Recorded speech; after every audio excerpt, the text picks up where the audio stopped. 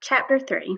The birds were chirping in the tree outside John's window, and the sky beyond was deep blue. The bedroom door opened a few inches. Hey, Sleepy, Mrs. Midas called. Everyone else is up. John put on his bathrobe and slippers and ambled to the bathroom. His sister, Mary, was still brushing her teeth, and he had to wait until she finished. Come on, Mary, he said a little crossly. Don't take all morning. Here you are, Mary said, handing him the toothpaste tube. While Mary soaped her face, John squeezed a little of toothpaste into his brush. The paste was pink, and John made a face with his toothbrush. It didn't seem fair that he should have to brush his teeth with stuff that tastes just like his tonic. A stinky taste, he called it. John opened his mouth and pushed the end of the toothbrush. As soon as it touched his front teeth, he noticed a delicious sweetness in his mouth, a taste of the best kind of chocolate. He pushed the brush to and fro, and the taste seemed to grow stronger. He removed the brush.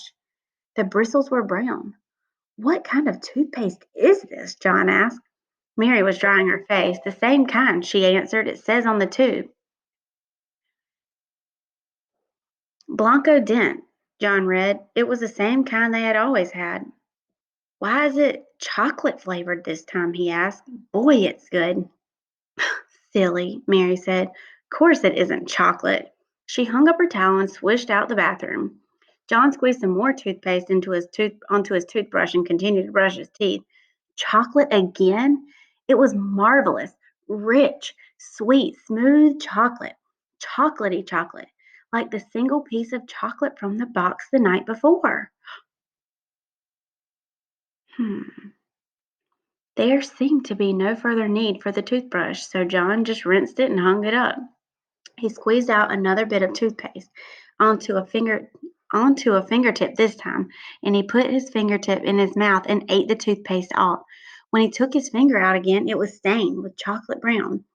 John wasted no more time. He put the end of the toothpaste tube into his mouth and he squeezed and emptied the paste onto his tongue.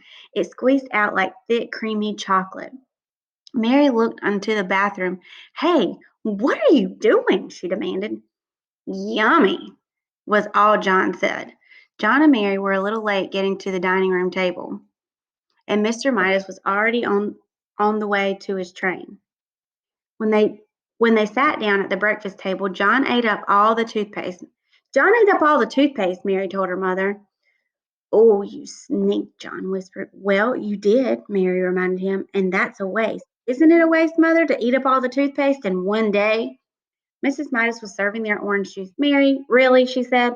I'm sure John was only joking. He must have been pretending to eat the toothpaste.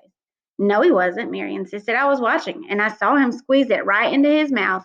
He said it was chocolate. Oh, dear, protested Mrs. Midas. Chocolate again. Now I know it was just a joke. He just wished it were chocolate. Mary, come on, drink up your orange juice, both of you. Your bacon and eggs will be ready in a minute. As Mrs. Midas left the room, John took up his glass of orange juice and put it into his lips. As soon as he tilted it, the liquid began to flow into his mouth. A happy look came into his eyes. Boy, that's good, he said at last, lowering the empty glass. Chocolate juice? Mary looked up at John, and then she looked at her glass of orange juice. It was a bright orange color. She tasted it. It tasted like orange to her. It is not chocolate juice, she said. It's orange juice. Orange juice is good for you.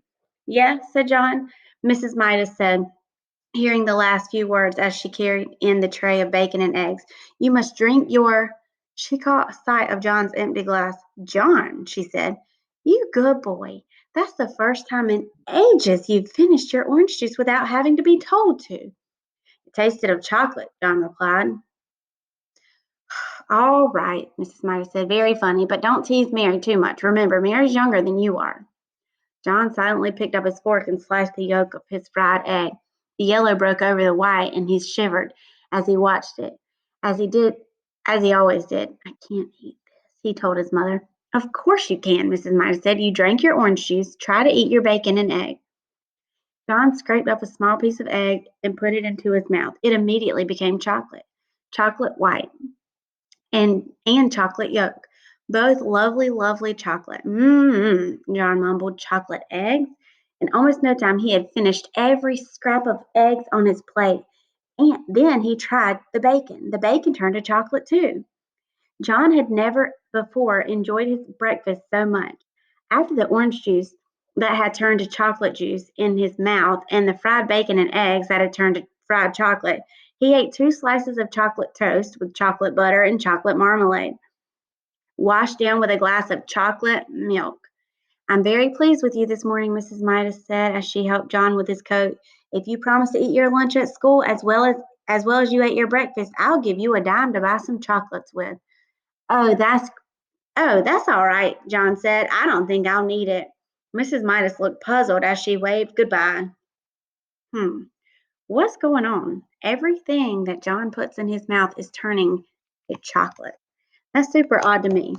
Would you want everything that you put in your mouth to taste like chocolate? Like, think about if you were like really thirsty and you had just come inside from like being outside playing. Is the is the first thing that you want to do is drink like chocolate drink?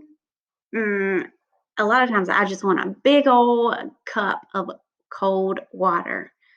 But it sounds like, do you think, hmm, I wonder why. Has something happened in the last chapter that might have caused everything that John is eating to taste like chocolate?